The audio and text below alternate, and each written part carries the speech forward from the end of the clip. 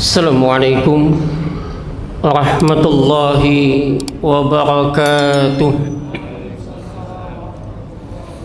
Bismillahirrahmanirrahim. Alhamdulillahi nahmaduhu wa nasta'inuhu wa natubu ilayh. Wa na'udzu billahi min shururi anfusina wa min sayyiati a'malina. Man yahdihillahu fala mudilla lahu wa man yudlil fala hadiya lahu. Asyhadu an la ilaha illallah wahdahu la syarika lahu wa asyhadu anna Muhammadan 'abduhu wa rasuluh. Allahumma salli wa sallim ala nabiyyina Muhammadin wa ala alihi wa ashabihi wa ba'du. Wa qala al-musannif Sayyid Sabiq fi kitabih Fiqhus Sunnah wa nafa'ana bihi wa bi'ulumihi fid dharain amin.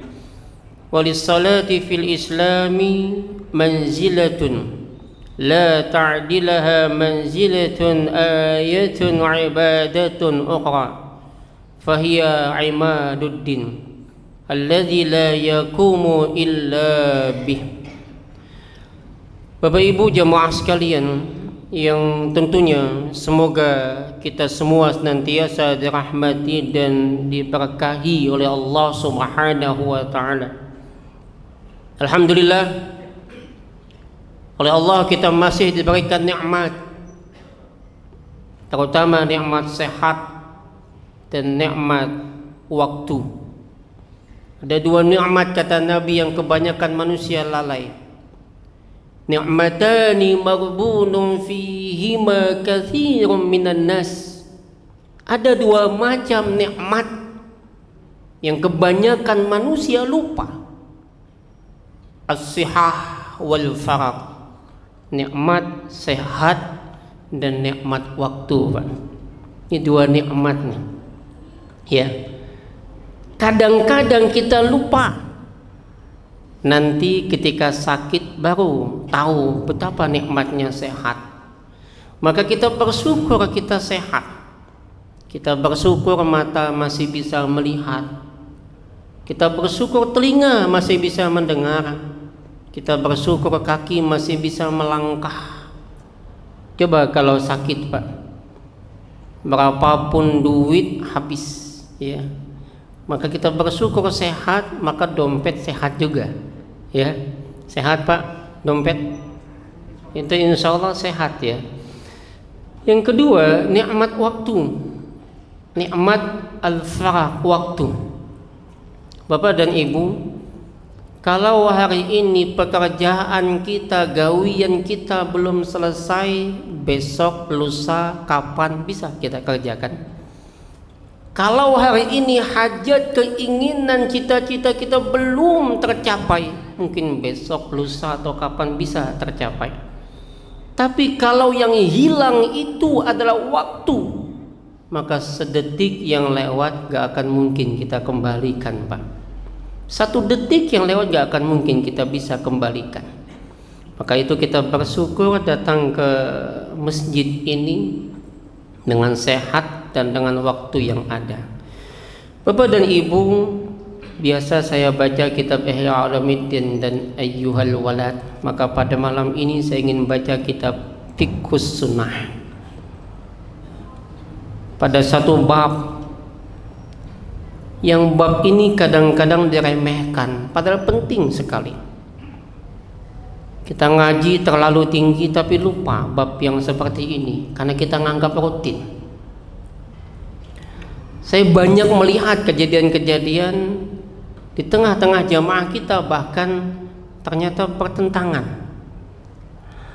Saya coba ambil bab as-shalah, bab tentang sholat. Sayyid Sabiq menyebutkan walis salati fil islami, dan bagi salat itu dalam Islam, salat itu dalam Islam manzilatun la ta'dilaha manzilatun ayatun ibadatun ukhra. Bahwa salat itu memiliki kedudukan la ta'dilah, yang tidak ada tandingan, tidak ada bandingannya dengan satu pun ibadah yang lain. Ingat, kedudukan. Kita tidak bicara keutamaan, karena semua ibadah pasti punya keutamaan. Tapi ketika kita bicara tentang kedudukan, maka sholat itu tak ada tandingannya. Kenapa? Fahiya imaduddin, maka dia adalah imaduddin, dia tiang daripada agama. Tiang itu kalau kita punya rumah, jikalau tiangnya itu rapuh, lapuk, rumah itu akan runtuh, Pak. Maka agama itu tiangnya adalah sholat. Jikalau sholatnya itu rapuh, sholatnya itu lapuk, maka agama itu pertanda akan hilang, akan hancur. Maka dia adalah imaduddin, alladzi la yaqumu illa bih, yang tidaklah tegak agama tadi kecuali dengan tegaknya sholat. Bapak dan Ibu yang dirahmati oleh Allah Subhanahu wa taala, apa sih sholat itu sehingga sebegitu pentingnya kedudukan dia? As-shalah ibadah. Salat itu satu ibadah yang terkandung di dalamnya aqwalan wa af'alan maksusah, ucapan wa af'alan, perbuatan maksusah, yang khas, yang khusus, tertentu. Maka salat itu adalah sesuatu ucapan dan perbuatan tertentu yang khusus. Nggak asal ucap, nggak asal ngomong, harus pakai bahasa Arab. Kemudian sudah ditentukan tata caranya, kaifiatnya. Bapak dan Ibu, kalau kita perhatikan, sholat itu mencakup ucapan dan perbuatan yang khusus tertentu, maka di sana tentu di dalamnya juga ada pembelajaran, ada ilmu, ya, ada ilmu. Bagaimana tata cara sholat, bagaimana tata cara menegur imam, bagaimana ketika imam salah, bagaimana ketika kemudian kita datang terlambat, bagaimana tatkala kita dalam keadaan sholat tiba-tiba batal wudhunya, bagaimana itu mesti kita pelajari. Hal yang sering terjadi, misalkan ini yang sering terjadi, saya datang misalkan terlambat, ya. Kadang ada juga jamaah yang datang terlambat. Biasanya yang datang terlambat itu rumahnya jauh dari masjid, 1 atau 2 meter dari masjid jauhnya. Itu yang datang terlambat.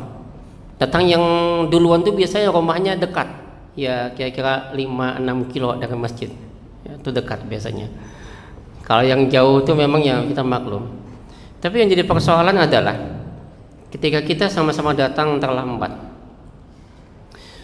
sebetulnya nggak usah tergesa untuk masuk masjid, nggak usah lari, nggak usah, santai. Tapi jangan santai beneran. Nanti imamnya ngomong, oh lagi santai kawan, kan gitu, batal nanti imamnya.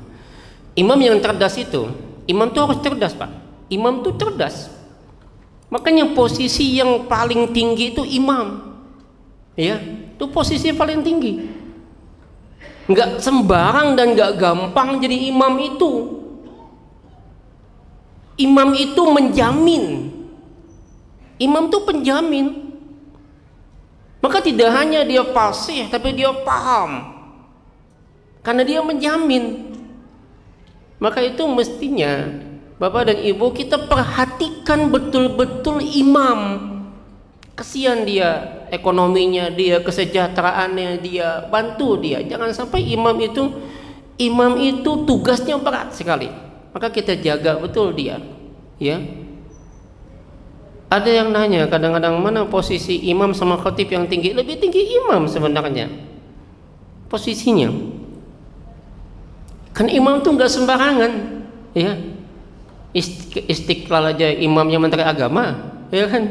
Itu imamnya menteri agama loh, Istiqlal.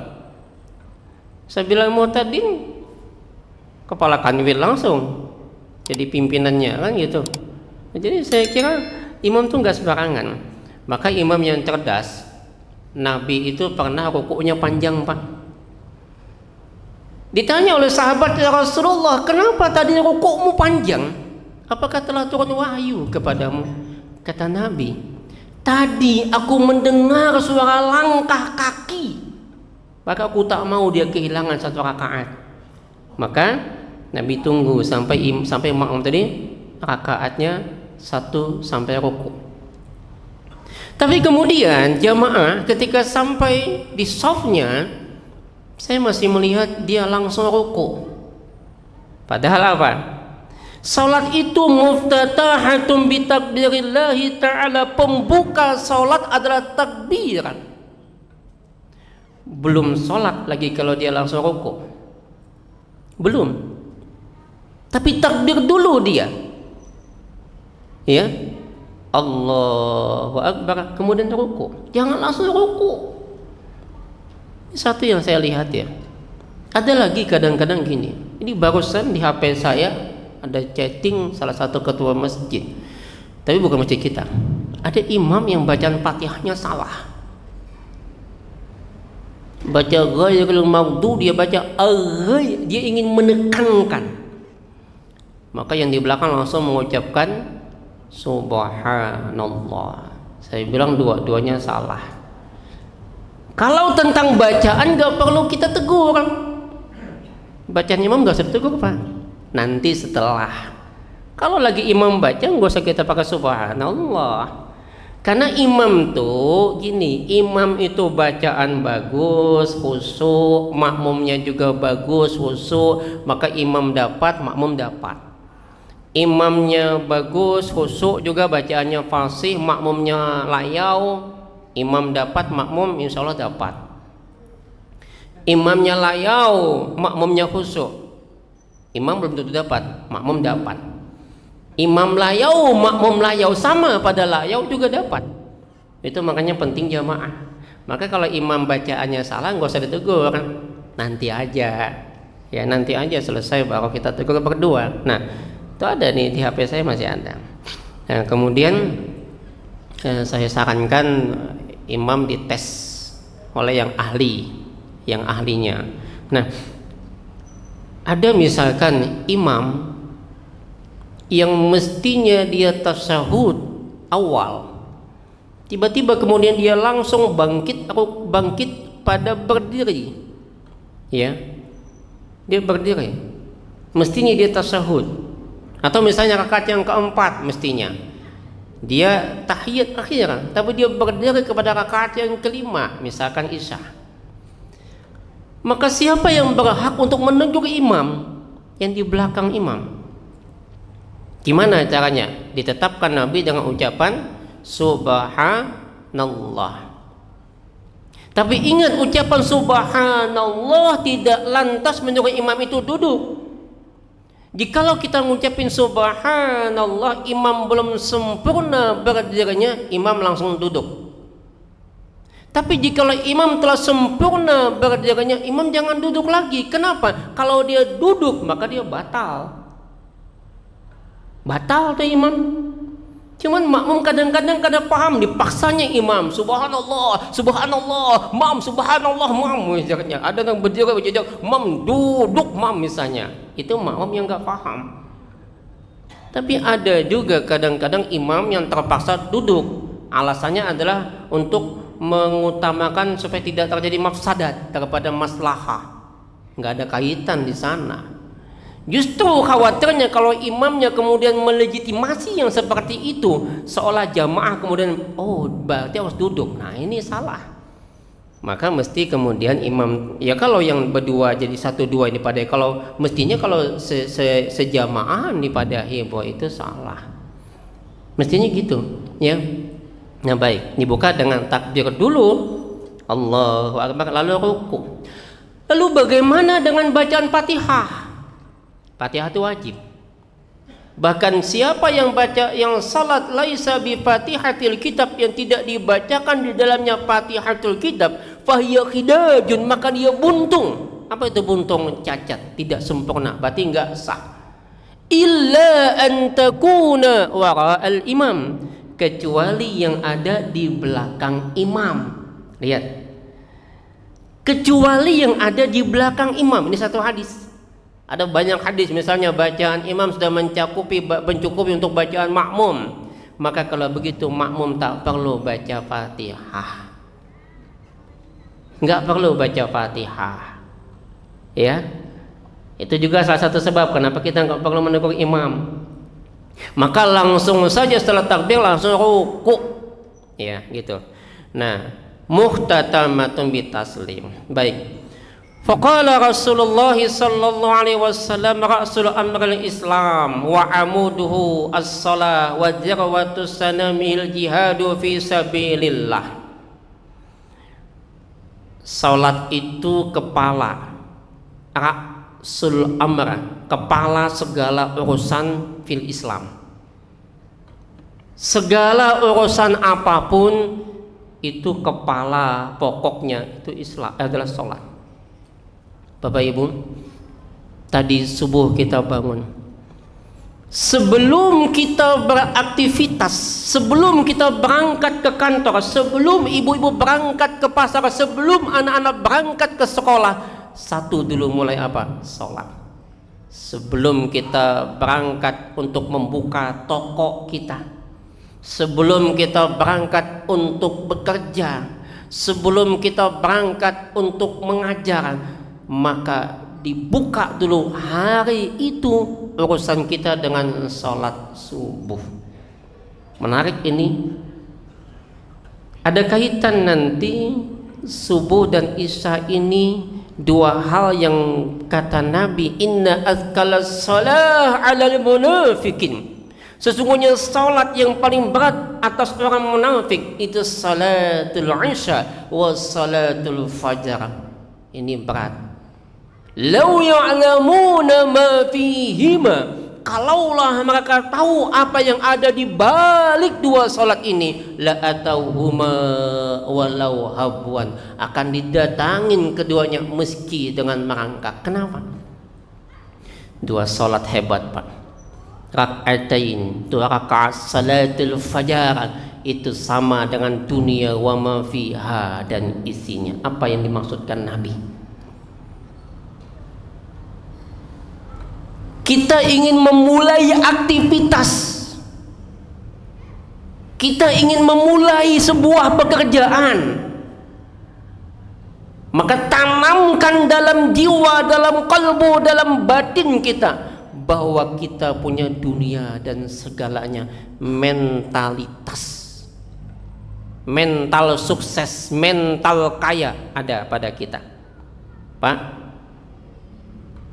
Mental kaya. Gimana Ustadz mental kaya? Dulu ada satpam bank. Satpam bank itu dapat koper isinya uang. Masih ingat dulu berita di RCTI. Itu satpam kalau secara ekonomi minim, dia melihat uang banyak mestinya diambil. Tapi oleh satpam bank tadi uang itu dibawanya ke manajernya, dikasihkannya, dikatakannya ada yang ketinggalan. Dia mental kaya.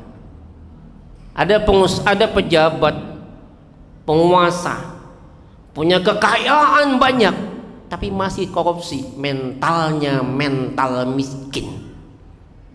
Ini membedakan mental kaya sama mental miskin, Pak. Ya, mental kaya sama mental miskin. Kita berdagang, ada yang datang misalnya, modalnya jangan sampai. Tapi ketika dia baca, sini ambil, katanya modal nggak sampai, kapan dijual? Dia bohong. Kenapa? Dia punya mental miskin. Dia ingin meraup keuntungan yang banyak.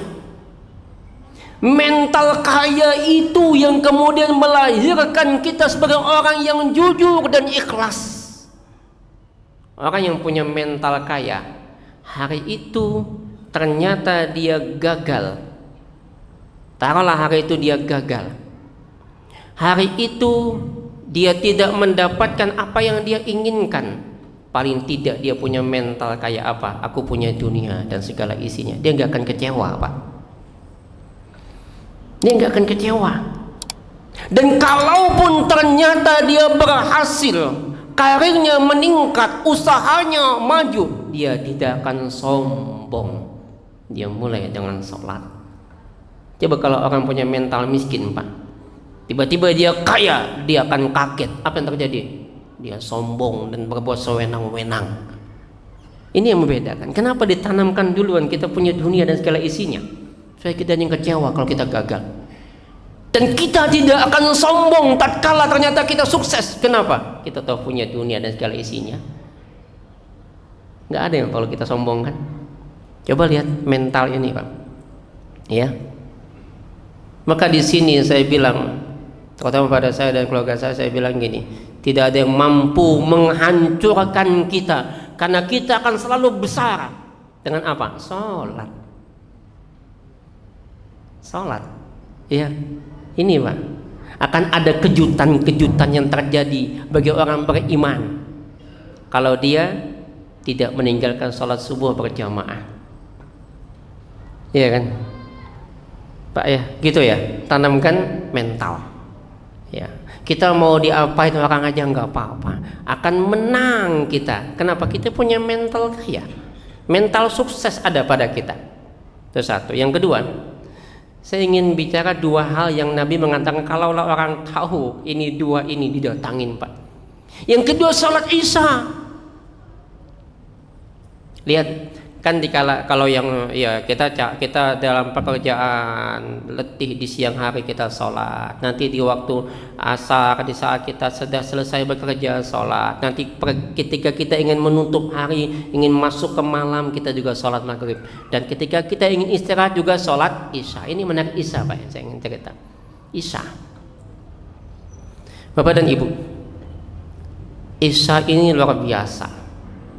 Sebelum kita menutup hari kita di hari itu dengan beristirahat, maka selepas sholat Isya dan sholat ba'diyahnya, kemudian kita melangkah menuju pembaringan, kata Nabi, idza ataita maj'aka, jikalau engkau mendatangi tempat pembaringanmu, maka Nabi perintahkan wudu akali sholat, dengan wudumu sholat. Summataji, lalu baringkan ala syikikal aiman, di atas lambungmu yang kanan. Lalu kau baca kata Nabi, Allahumma aslamtu nafsi ilaik. Allah, ya Allah, saya pasrahkan jiwaku padamu. Bapak Ibu lihat, saya pasrahkan jiwa, nafasku padamu.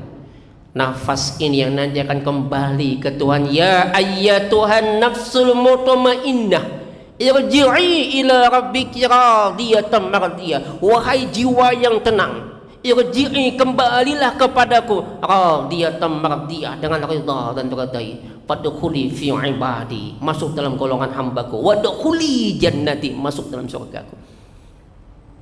Saya pernah bicara tentang rahasia qalb, nafas, ruh dan jasad dalam bab Ajaibul Qalb Al-Ghazali, ya, dalam Ihya Ulumuddin. Nah, Bapak dan Ibu, jiwa serahkan dengan Tuhan. Allahumma aslamtu nafsi ilaik wa wajjahtu wajhi ilaik, aku hadapkan wajahku, diriku kepadamu, ya Allah. Hari ini kita menutup setelah Isya semua pekerjaan yang mulai pagi, semua beban-beban kita, semua persoalan-persoalan di kantor dan di rumah kita. Fawwadtu amri ilaik, aku serahkan semua urusanku padamu, Tuhan. Apa yang bikin kita gelisah, Pak? Apa yang bikin kita pusang? Tahu pusang, Bapak Ibu? Pusang tuh kepala kada gatal, digaruk tuh pusang namanya. Ya, pusang. Kenapa pusang? Laki kada ingatan. Ya, kalau semalam laki kada ingatan, minum obat lambat. Makanya bebinian itu pemamaian, penyangitan. Ya ulun maklum, Bang, namanya bebinian itu pasti penyangitan, pemamaian. Tapi biasanya, mohon maaf, bebinian kalau penyangitan, pemamaian itu ada sebab. Ya lah, Bu. Oh, Bu. Nah, bocor lah ada sebab. Apa sebabnya? Laki gak ada peringatan. Disuruh minum obat lambat. Tolak bawa bini ke pasar, ditinggal di pasar, kada diambil lagi. Ada neng gitu. Tolak ke Masjid Mujahidin, payung bersepeda, payung ketinggalan. 5 payung hilang dapatnya. Laki gitu kan. Ujung-ujungnya apa? Memamai bini. Ya wajar lah gitu kan. 5 habis tolak pemamai. Mana banyak payung? Oh iya, ketinggalan jangan lagi. Mbah Pang tadi napa jaga Ustaz Husaini salah tadi napa? Oh jangan laki aku manyai payung aja ketinggalan. Apalagi ceramahnya begini, aku ingat jaga bapak lah bisa laki. Jangan bini tadi kan. Bapak dan Ibu, manusia ketika itu kenapa dia pusing, kenapa dia gelisah? Ingat, an-naum nisful maut. Tidur itu separuhnya mati. Ada yang jamin Pak setelah kita tidur malam ini besok bangun? Nggak ada yang jamin. Ada yang jaminkah ketika kita malam ini memejamkan mata besok kita buka mata? Nggak ada yang jamin. Dan di saat itu ada yang bilang manya air mati dalam keadaan goreng. Apaan nyaman? Mungkin nggak ada percaya, cobain limbah ini isuk mati pian kayak Pak. Kada gampang mati. Ya. Nabi Musa ditanya, ya ahwanal anbiyal maut, kaifa wajadtal maut? Wahai Nabi yang paling ringan matinya, bagaimana kau rasakan kematian itu? Seperti kambing dikulitin hidup-hidup. Nabi mengatakan seperti cambukan 700 pedang. Maka Nabi ingatkan, lakinu mautakum la ilaha illallah. Talqin orang yang meninggal dengan kalimat la ilaha illallah. Itu kalau kita tahu dia akan meninggal, kita bisa talkinkan dia. Karena talkin itu membantu dia yang dalam keadaan sakarat. Setiap kematian pasti ada sakaratnya, maka bantu dia. Dia menghadapi berbagai macam godaan-godaan. Dia menghadapi sakitnya sakarat, bantu dia. Gimana? Dengan kau talkin dia mengucapkan la ilaha illallah. Ini dalam keadaan tidur, kita nggak tahu Pak. Nggak tahu kan besok, nggak tahu tuh tiba-tiba meninggal. Maka ketika itu kita berdoa, Allahumma wa fawwadtu amri ilaik. Aku serahkan urusanku. Buang semua pikiran kita Pak, beban masalah kita. Nah mulai pagi tadi acil Allah merangut tipian, biar aja nyak merangut kada apa-apa. Nang atasan bemamai kada apa-apa. Kenapa? Pada dasarnya tidak ada yang mampu menyakitin kita. Pada dasarnya tidak ada yang mampu yang membuat kita menderita, hanya kita yang bikin. Maka apa? Buang semua perasaan itu, serahkan dengan Tuhan. Walja'tu dhahri ilaik. Aku sandarkan punggungku, bebanku kepadamu. La malja wala manja minka illa ilaika. Tidak ada tempat berlindung, tidak ada tempat bernaung darimu kecuali hanya kepadamu ya Allah. Allahumma amantu bi kitabikal ladzi anzalta wa nabiyyikal ladzi arsalta. Allahumma ya Allah, amantu, aku beriman, bi kitabikal ladzi anzalta, dengan kitab yang kau turunkan, wa nabiyyikal ladzi arsalta, dan nabi yang kau utus. Lihat apa kata Nabi jika itu kita baca Pak.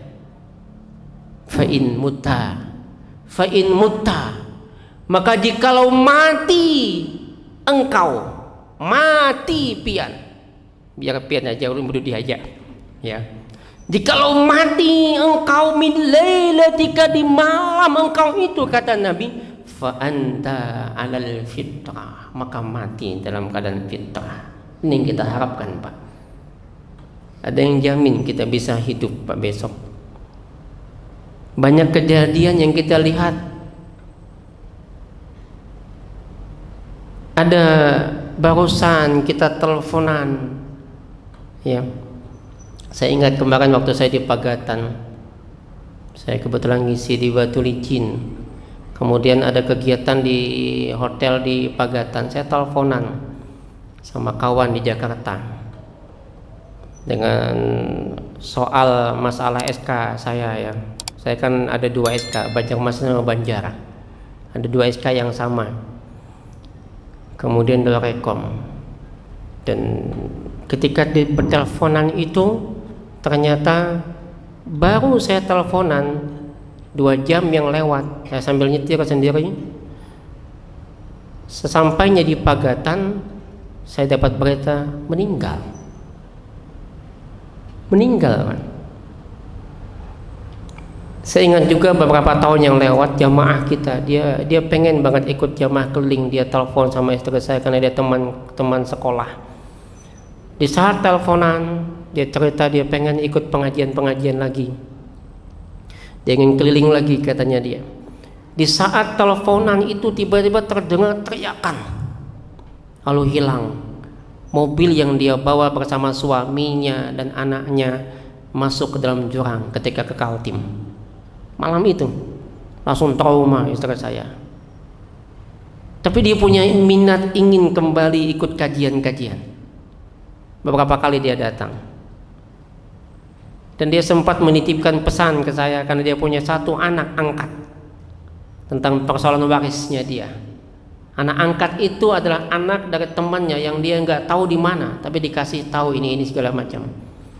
Dan anak itu belum tahu bahwa ibu dan ayahnya yang ada itu bukan orang tuanya. Ini berat bagi saya untuk menceritakan kepada anak itu.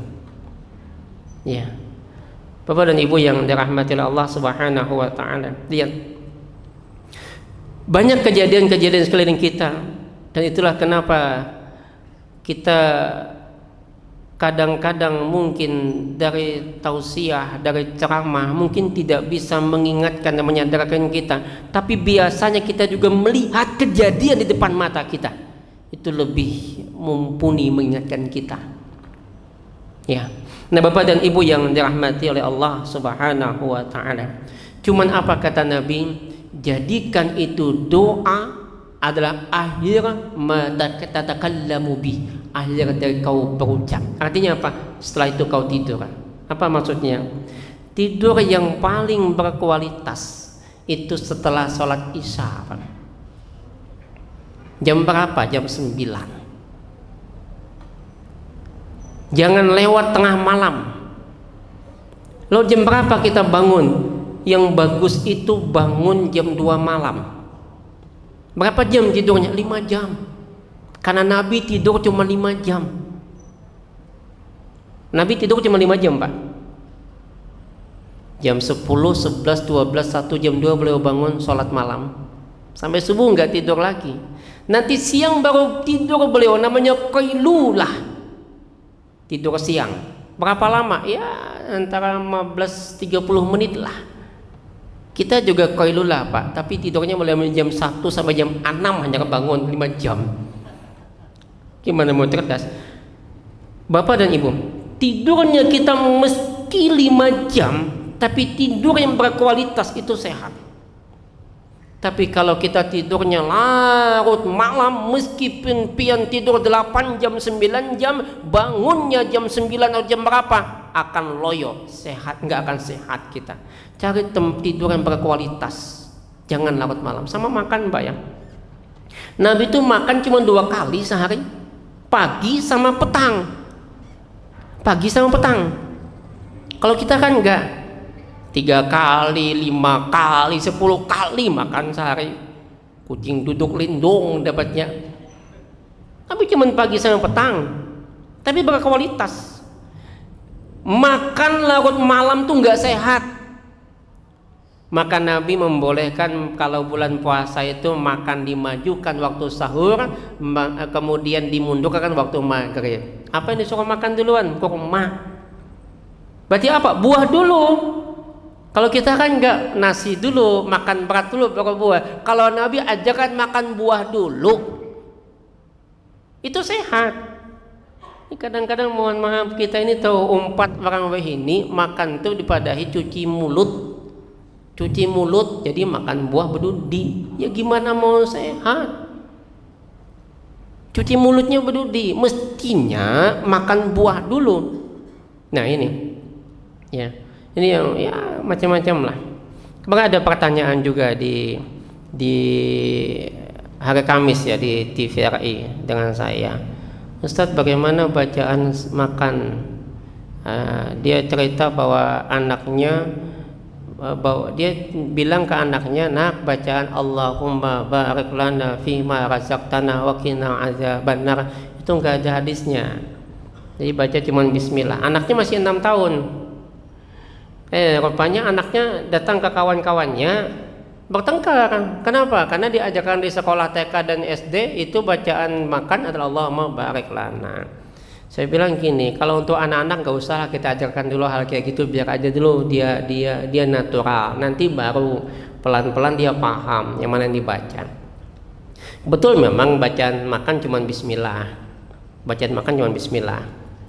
Adapun doa Allahumma barik lana fima razaqtana itu bacaan limbah minum susu. Ya Pak ya, nih bapak-bapak yang ngajak minum susu nih kan. Allahumma barik lana fima razaqtana wazidna minhu, ya itu bacaan minum susu, limbah minum susu. Nah kalau bacaan makan ya bismillah. Itu doa yang diajarkan Nabi kepada Umar bin Abi Salamah, anaknya Ummu Salamah. Nabi makan bersama Ummu Salamah dan anaknya Umar bin Abi Salamah, itu anak tiri Nabi. Jadi Nabi nggak pernah pakai meja ya, Nabi nggak pakai meja makan, Nabi pakai di karpet lah gitu. Lalu waktu itu tangan Umar ini berseliweran. Lalu kata Nabi, ya gulam, sambillah, kau baca bismillah. Nah ini berarti kita boleh sambil makan sambil bicara Pak. Tapi jangan sambil makannya, maksud saya makan di meja makan yang paling bagus untuk bicara. Tapi sekedar mengingatkan. Jangan sambil makan bepan dia kata jangan. Ya, jadi Nabi ingatkan, ya gulam samillah. Wa kul biyaminik, makan dengan tangan kananmu, wa kul mimma yalik, dan makan yang dekat, jangan yang jauh. Ingat tujuan makan itu sebagai bentuk syukur kita kepada Allah akan nikmat, maka makan sekedar makan supaya kita kuat dan sehat dalam ibadah, bukan supaya kekanyangan. Maka nggak usah kita ambil comot sana tuh kayak orang apalah mau comot-comot, ambil di depan. Jangan berabut makanan, jangan berabut.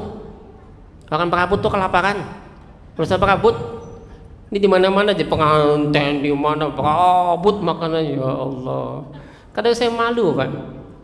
Kemudian di pengantin mohon maaf kalau udah selesai makan bangun. Kenapa? Kasihannya berdiri, karena makan tuh jangan berdiri. Minum aja nggak boleh berdiri, masa makan berdiri? Duduk. Nah kita yang udah makan berdiri lah, berikan kesempatan sidin untuk duduk, ya itu sunnah. Makanya Nabi sering mengucapkan syarut ta'amul walimah, kata Nabi, sejelek-jelek makanan adalah makanan ketika pesta perkawinan. Karena tadi banyak terjadi kayak gitu Pak, ya. Dan kita melihat sekarang di gedung-gedung, bahkan sekarang beda-beda Pak. Ada kelas-kelas, kelas VIP, PPIP di sana, katanya kelas orang sugih. Batu di sana kelas orang miskin, di tengah kelas orang setengah sugih setengah miskin, di ujung sana kelas orang setengah hidup setengah mati. Ini kita ini mau dijadikan apa? Jangan kita pilih ini pejabat, ini biasa. Tolong kita sama. Yang membedakan kita itu bukan jabatannya, bukan titelnya. Yang membedakan adalah takwanya. Ya, hanya kita bersalaman gini, muha ke sana, tangan ke sana, muha ke situ. Itu gaya orang yang wayah ini Pak. Tapi insya Allah di wadah kita sama aja sebagian. Tolong jangan Pak ya, kalau kita bersalaman, kalau misalkan ini ada Pak Wali Kota salami sidin ya, kita muliakan, beliau hormati karena dia pemimpin kita. Dihiganya orang biasa, muliakan juga. Ingat loh, pemimpin kita harus muliakan. Sekalipun kita berbeda pandangan dan pendapat dengan pemimpin kita, tetap kita muliakan. Jangan dihujat tuh pemimpin. Kita punya presiden, semua pemimpin pasti ada salahnya, tapi kita tak layak menghujat, gitu ya. Nah baik Bapak Ibu yang dirahmati oleh Allah Subhanahu wa Ta'ala. Baik, saya lanjut. Tadi adalah kepala dari segala urusan Islam. Jadi tadi ingat ya, makan yang berkualitas dan tidur yang berkualitas ya. Nah baik, Yang kedua, wa amuduhu, dan tiangnya sholat. Wa jirwatus sanamihil jihadu fi sabilillah. Nah, yang ketiga, sholat itu puncak dari jihad fi sabilillah. Ingat, tegaknya agama itu adalah dengan tegaknya sholat. Maka menegakkan sholat adalah menegakkan agama. Menegakkan agama adalah merupakan bagian daripada jihad fi sabilillah, jihad dalam agama Allah. Jadi jihad itu enggak usah jauh-jauh pian tolak ke Palestina. Palestina alhamdulillah udah damai. Ya kan? Alhamdulillah kan, gencatan senjata. Kemarin katanya si Donald Trump kah? Itu aslinya kan tolak tiram tuh, Pak. Iya kan?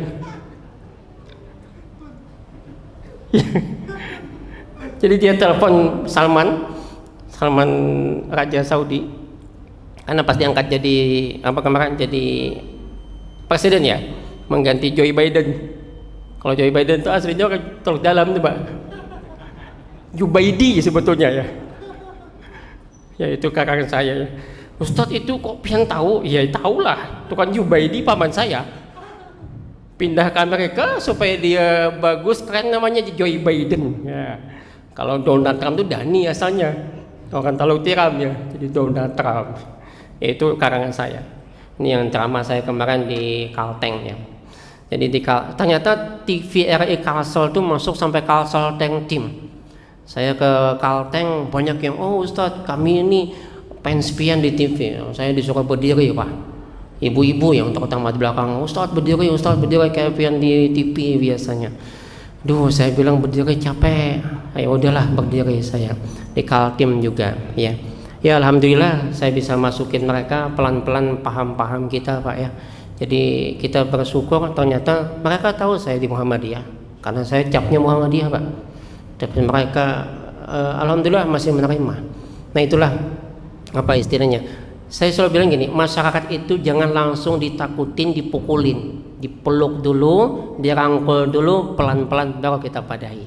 Yang mana yang sebenarnya sunnah tadi. Baik, Isya lewat sudah, kita tutup dengan doa kafaratul majlis. Subhanakallahumma rabbana bihamdika asyhadu an la ilaha illa anta astaghfiruka wa atubu ilaik. Subhanallah wa ni'mal wakil. Assalamualaikum warahmatullahi wabarakatuh.